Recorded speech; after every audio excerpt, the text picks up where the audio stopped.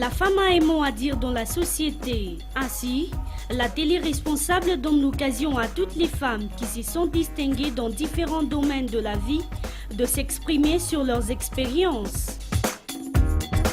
Angèle Mukenge le reçoit chaque vendredi à 20h30 dans Vive la femme.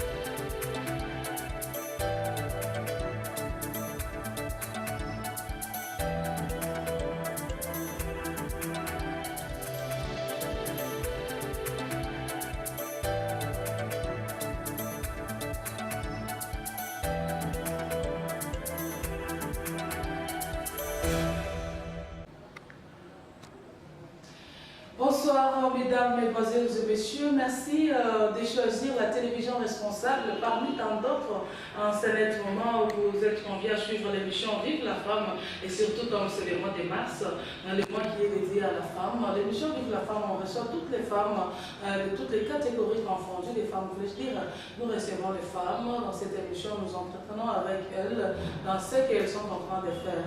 Aujourd'hui, nous recevons Madame Baraka, j'ai toujours l'habitude de l'appeler Madame Lolita, elle s'appelle Madame Lolita Baraka. Madame, bonsoir. Bonsoir Madame. Madame, vous êtes sur la télévision responsable, le plateau de la télévision responsable, c'est là que sont en train de vous regarder, on se met comment veulent savoir qui est Madame Lolita Baraka. Bonsoir encore et pour une énième fois, je vais devoir encore me présenter. Voilà. Je m'appelle Madame Lolita Baraka, je suis l'épouse à l'honorable Christian Baraka et je suis mère de famille, de beaucoup d'enfants, femme en ménage, femme mariée et je suis responsable d'une société de sécurité privée et gardiennage et voilà. Vous avez suivi, M. Zedam, la présentation de Mme Lolita Baraka. Elle est mère des familles, elle est mariée, elle est femme au ménage, elle travaille, tout ça, vous avez suivi. Madame, ils veulent aussi savoir ce que Mme Lolita Baraka est passée sur le banc de l'école. Bien sûr. Le parcours estudiantin. Ah oui, donc mes études primaires, je les ai faites à Kolwezi, à l'école primaire de Kweli. Mon père était ancien carré Camille. Et du coup, on a évolué dans cet institut. Et mes études humanitaires, excusez-moi, je les ai faites au lycée Lubusha, à Luisha, un internat qui se situe entre l'INACI et Lubumbashi. Et mes études universitaires, je les ai fait en partie à Kolwezi, à l'université. Et j'ai fini à Lubumbashi. Donc, une partie je les ai faite à l'université de Kolwezi. Extension de Kolwezi, oui, dans les sciences sociales, département de sciences politiques et administratives. Madame, est-ce que vous pensez que les études de la femme, la scolarisation de la femme, est-ce qu'il y a de l'impact dans la vie d'une fille ou bien de la femme? Bien sûr, tout à fait. C'est un bon soubassement, c'est une véritable base à placer dans la vie d'une fille. Parce que les études, les bonnes études, la bonne éducation nous accompagne tout au long de la vie. Est-ce que vous trouvez que les femmes mères, bien les filles mères, comme on peut le dire, les filles qui n'ont pas été sur les bancs de l'école, ils peuvent aussi se rattraper après des déceptions d'une manière ou d'une autre, se retrouver, elle est tombée enceinte, elle a un enfant. Est-ce qu'elle peut encore se rattraper pour retourner sur les bancs de l'école? Ça peut l'aider ou bien c'est déjà fini, l'espoir est déjà perdu pour la vie? Non, mais il n'y a pas d'âge pour l'éducation, il n'y a pas d'âge pour l'acquisition d'informations ou d'une discipline.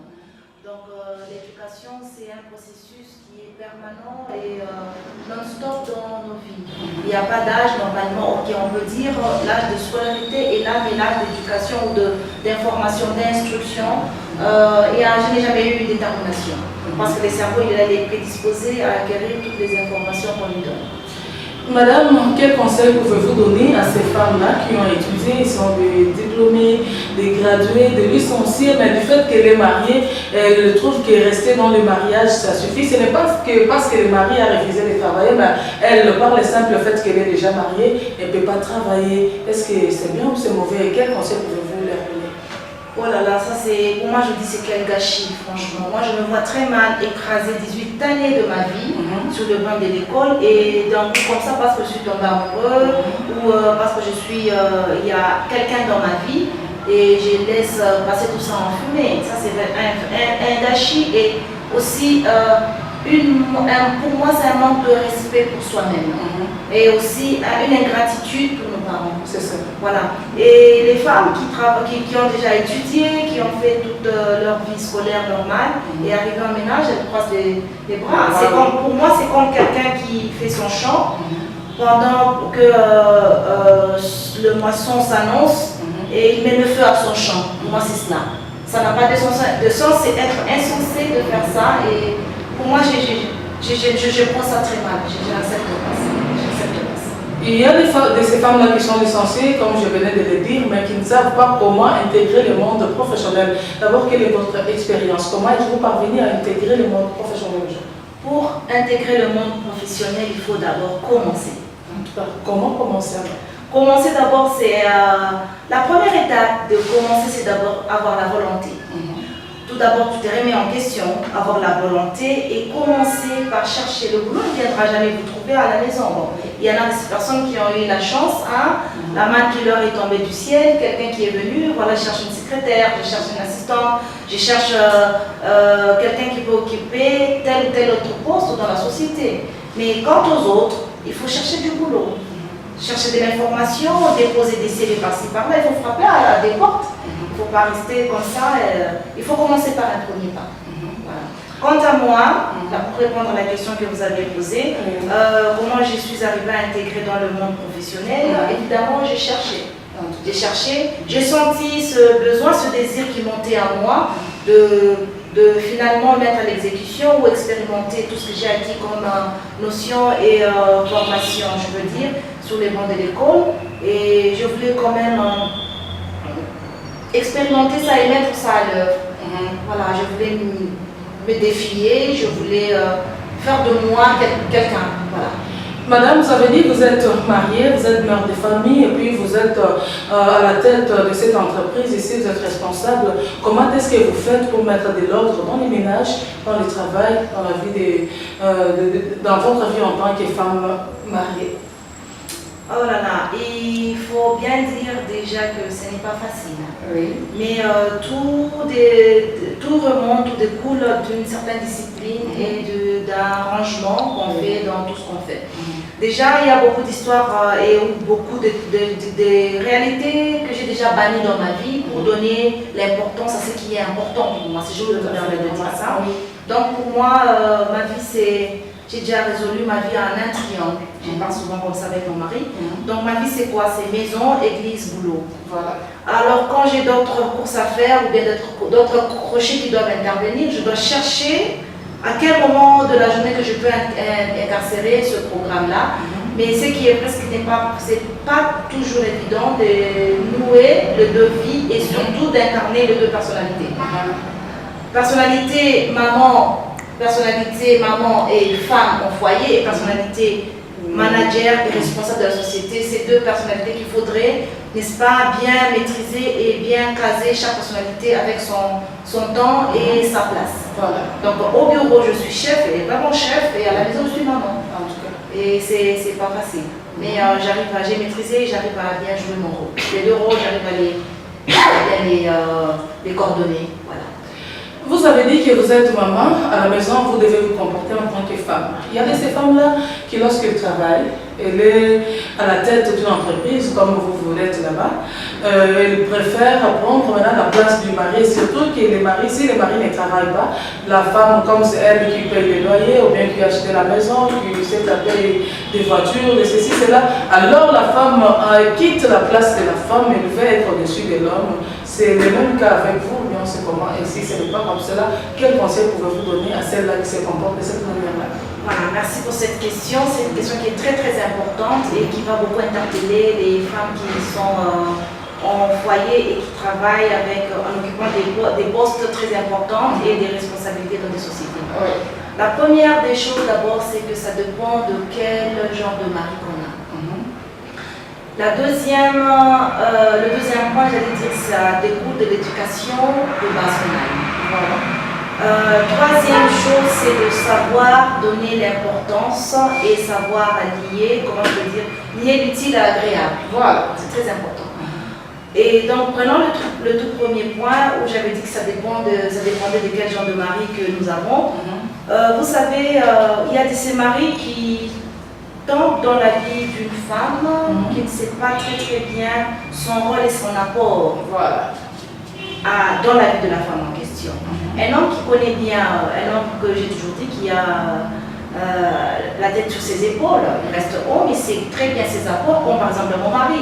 Mon mari c'est un homme qui a vraiment un caractère bien trempé et même pas ça, il est sûr de lui, il ne souffre d'aucun complexe parce que de toute manière, il est supérieur dans tout. Sur moi, je me sens femme et donc mon boulot c'est un métier, c'est le boulot, mais c'est une occupation, mais je reste sa femme, je reste à ma position inférieure, chacun a ses rôles à jouer, chacun a sa place et sa position.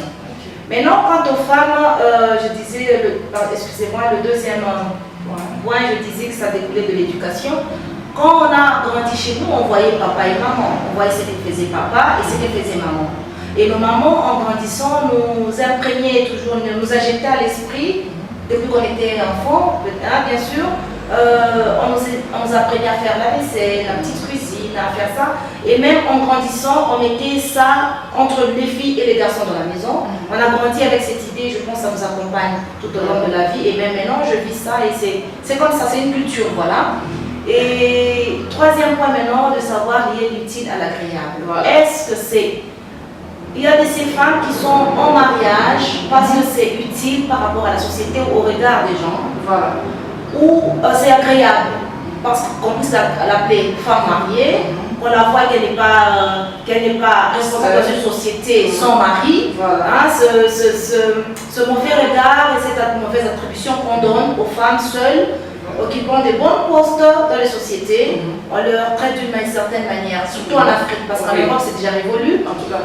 Et voilà, c'est utile, l'utilité d'être en ménage, en mariage, pour moi c'est très utile parce que c'est un véritable comment je peux dire, allez, un épaulement que je ressens. J'ai quelqu'un sur qui compter, je sais que je dépends de quelqu'un. Mon mari, il est mon père, il est mon partenaire, il est mon collaborateur, il est mon complice. Donc pour moi c'est vital de vivre avec lui. Je ne peux pas, je vois vraiment l'importance et la considération de mon mari pour moi et dans les ménages et l'importance pour moi de vivre avec lui et surtout dans le mariage. En tout cas, chers dames, vous êtes en train de suivre l'émission Vive la femme. Aujourd'hui, nous recevons Madame Lolita Baraka. C'est avec elle que nous sommes en train de nous entretenir. Madame Lolita Baraka, ce mois de mars, c'est un mois qui est dédié à la femme. La femme, comme vous êtes, on peut vous appeler une femme leader, vous êtes une femme qui est élevée. Qu'est-ce que vous faites pour ce mois en rapport avec les femmes? Qu'est-ce que vous organisez? Ou bien vous avez quelque chose avec les femmes de Ah oui, c'est une très très bonne question. Je profite déjà pour lancer, glisser une petite information. Oui. J'organise une conférence, un forum des femmes, le mercredi de la semaine prochaine, donc mercredi et jeudi, donc le 27 et le 28 mars. C'est un forum qui sera très très très intéressant et très instructif pour les femmes. Oui. Et c'est intitulé Femmes qui es-tu? Donc nous allons décortiquer la femme, décortiquer la nature, les qualités, les capacités, n'est-ce pas, le potentiel de la femme. Rendre, comment je peux dire, c'est une façon de conscientiser la femme et c'est un miroir qu'on donne à la femme, n'est-ce pas, une projection, une rétroversion de la femme, qu'elle puisse savoir, qu'elle puisse un peu se réveiller, se rendre compte de ce qu'elle a, ce qu'elle n'arrive pas à cultiver et ce qu'elle néglige. Voilà. On a toujours dit que l'ennemi de la femme, c'est la femme elle-même. Pourquoi est-ce que vous épousez les mêmes idées ou bien c'est différent? Approfondissez un peu votre... On a toujours dit, l'ennemi de la femme, c'est la femme elle-même. C'est-à-dire les femmes, là où il y a la femme, une autre femme ne veut pas qu'une autre soit là. Elle veut seulement être celle là-bas, elle est en train de détruire certaines femmes aussi. Je ne sais pas si c'est le même cas avec vous. Comment est-ce que sont vos relations avec les femmes avec qui vous êtes ici? Ici, vous ne dirigez pas seulement les hommes, il y a quand même aussi des femmes. Comment sont vos relations avec ces femmes-là? Est-ce que vous êtes ennemis ou bien vous trouvez cette histoire-là de la haine entre vous et les femmes avec qui vous travaillez ou bien c'est différent? Vous savez, c'est bien vrai. Tout cela découle de la nature de la femme. Nous avons une nature qui est très compliquée. La femme n'est pas égale à l'homme par rapport à ça. L'homme néglige beaucoup de choses, banalise. Nous les femmes, nous allons toujours en détail chercher la petite bête. Donc, c'est une nature par rapport à nous. Même pas seulement entre femmes, même avec nos maris. Et nous reprochent des histoires que nous négligeons, mais c'est quelque chose de considérable. Mais par rapport à la femme, dire que la femme était... l'ennemi d'une autre femme. Pas vraiment, parce que nous voyons de plus en plus des partenariats entre femmes. Par exemple, nous avons été dans plusieurs formations avec la FEC et la Road Bank qui encadrent les femmes avec le Ladies First dont je suis membre. Et il y a par exemple la femme avec la FEC avec les femmes entrepreneurs. Donc ce sont des liens qu'on est en train de tisser entre les femmes, donc des marchés qu'on se passe, c'est une connexion qu'on est en train de mettre entre les femmes leaders, les femmes entrepreneurs, pour souder n'est-ce pas, un tissu qui sera plus solide entre les femmes. Parce que quand même, non seulement que l'État, le gouvernement et encore la nature nous reconnaît très forte quand on est unis. N'est-ce pas? Mais dire que la femme elle est ennemie à l'autre, à la femme, je m'inscris un tout petit peu en faux. Voilà, madame, c'est avec quel objectif que vous avez organisé cette conférence? Tel que je vous ai dit, c'est une façon de réveiller en la femme cette considération ou bien cette conscience en elle-même, cette prise en charge, cette prise de conscience, c'est ce miroir qu'on place devant la femme, dire voilà, regarde ce que tu es. Tu vois ce que tu peux faire, vois-tu ce que tu négliges, tu vois ce que tu pourrais devenir. Donc c'est un peu ces astuces-là qu'on va remettre à la surface afin de réveiller la conscience de la femme. Réveiller la conscience de la femme, madame, est-ce qu'il faut attendre seulement le mois de mars pour réveiller la conscience de la femme ou bien on peut le faire tous les jours, même au mois de mai, au mois d'avril, au mois de janvier, ou bien il faut attendre seulement au mois de mars? Est-ce que ça suffit? Non, c'est pas ça du tout. Peut-être c'est juste une opportunité qu'on a saisie pour glisser la pièce. Mais seulement, je peux dire, vous savez, même quand on travaille dans la société, nous avons toujours besoin de recyclage. Tout à fait. Donc c'est des notions qu'on a toujours eues à la formation, mais il faut toujours recycler. Une façon de remuer ce que l'on a, ce qu'on a acquis et qu'on a laissé un peu se reposer. On remue pour réchauffer encore la casserole si vous voulez. C'est pas qu'il faut seulement attendre le mois de la femme ou bien attendre ce genre de séance, mais c'est pas un réveil, une mise à jour si vous voulez de certaines réalités, capacités et facteurs que les femmes ont et qui laissent flâner comme ça ou flétrir.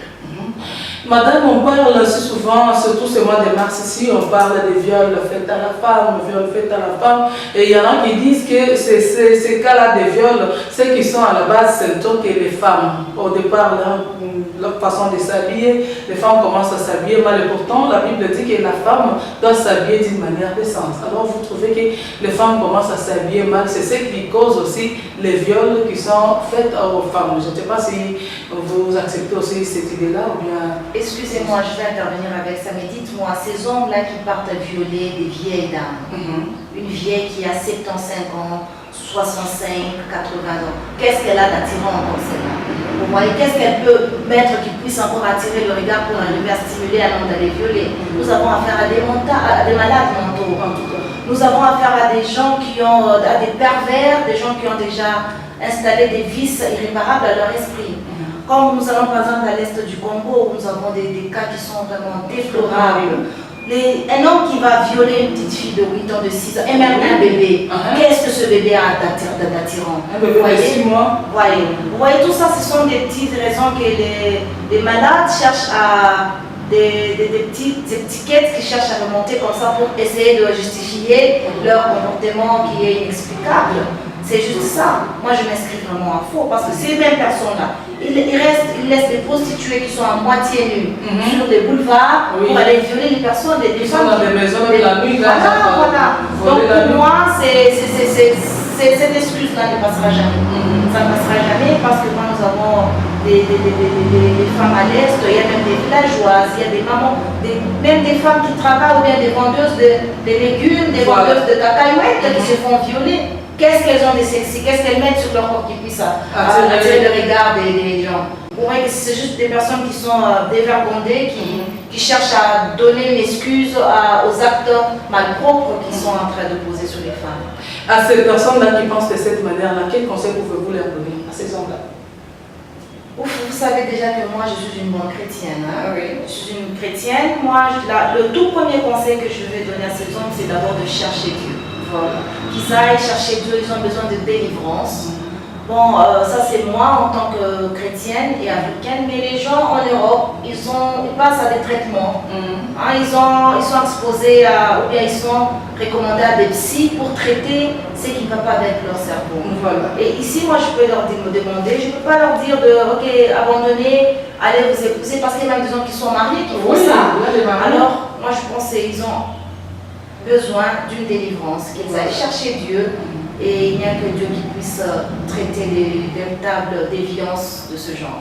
Et à ces femmes-là qui ont été violentées, qui sont restées avec des cicatrices dans les cœurs, qui sont restées avec des soucis, qu'est-ce que vous pouvez leur donner comme un message qui peut les réconforter? Bon, à ces femmes, aux femmes qui ont été violentées, les femmes qui sont restées avec des traces, des fissures, que moi j'appelle des vases brisés, je peux leur demander de tenir bon. Qu'elles se relèvent, ce n'est pas la fin du monde. Il y en a même de ces femmes qui en ont sorti avec des maladies incurables, des maladies sexuellement transmissibles et même des souvenirs assez amers et même des enfants. Son père, ce n'est pas la fin de la vie. Et moi je dis qu'il faut toujours se servir de ce genre de points pour en faire de réalité, pour en faire un point fort d'un nouveau départ. Qu'ils prennent toutes ces scènes là-bas, qu'elles puissent sauver, qu'elles prennent ces scènes, qu'elles puissent ranger dans les paniers du passé et qu'elles partent sur un nouveau départ. Ça peut arriver dans la vie. Tu peux être victime d'un viol, tout comme tu peux être victime d'un accident de circulation. Qu'on prenne ça comme des coups bas de la vie, que j'appelle comme ça, et que ce n'est pas la fin du monde, qu'elle se relève et qu'elle continue. Qu'elle ne puisse plus retourner à ces cicatrices là-bas qui seront une barrière ou qui installera en elle un caractère qui n'est pas les leurs.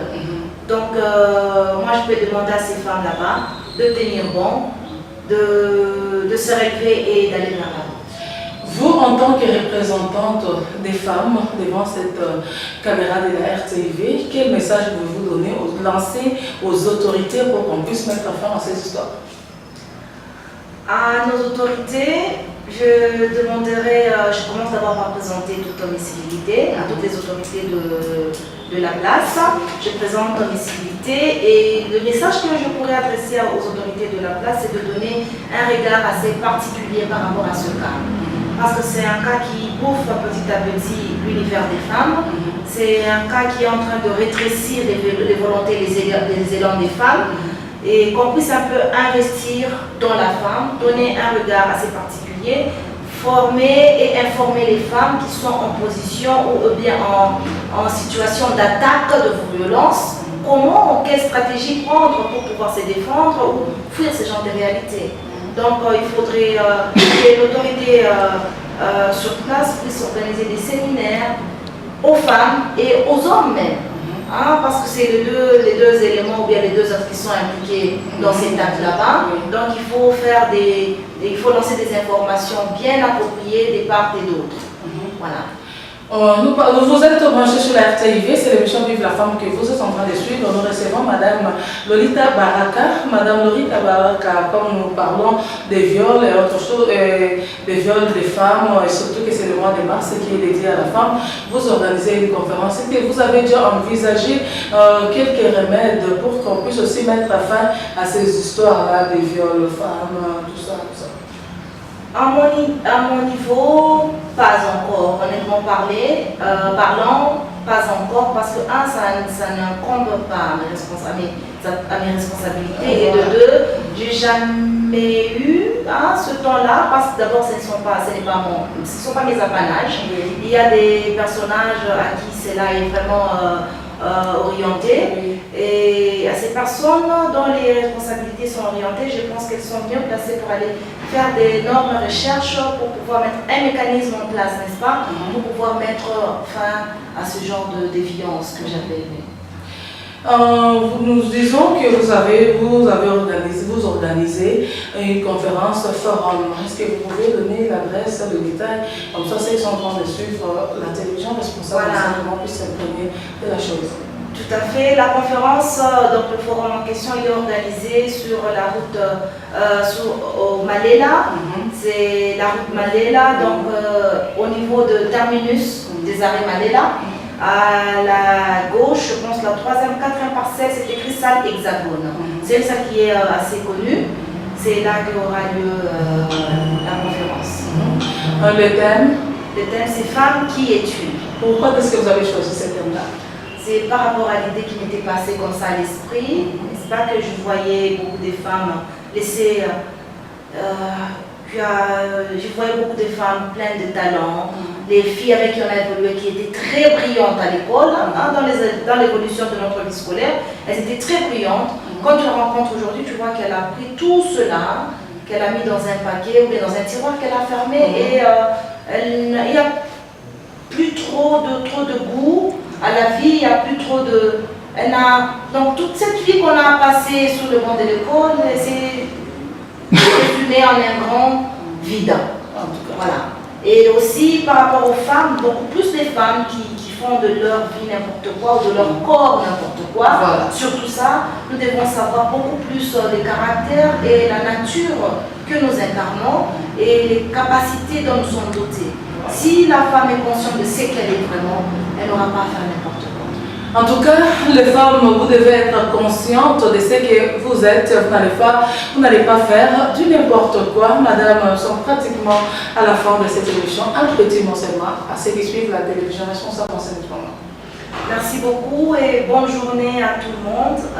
Aux femmes, une énième fois, bonne fête et bon mois à nous. Qu'on se réveille, qu'on prenne conscience, qu'on fasse quelque chose de nos vies, donnons un petit forme à notre vie et du goût, donnons du sens à notre vie, donnons du goût à ce que nous faisons et impactons notre milieu, impactons notre entourage, c'est très important. Voilà, c'est très important. Messieurs et dames, nous sommes pratiquement arrivés à la fin de cette émission Vive la femme de ce soir. On recevait Madame Lolita Baraka. Madame, merci beaucoup d'avoir accepté à notre invitation. Merci à vous. Okay, merci. Merci.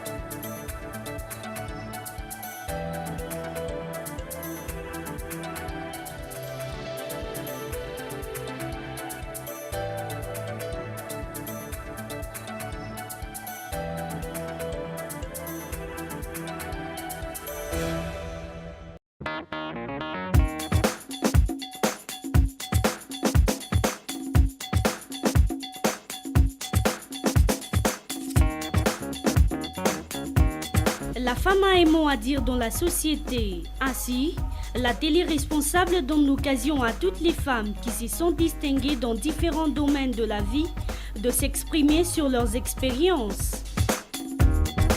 Angèle Moukenge le reçoit chaque vendredi à 20h30 dans Vive la femme.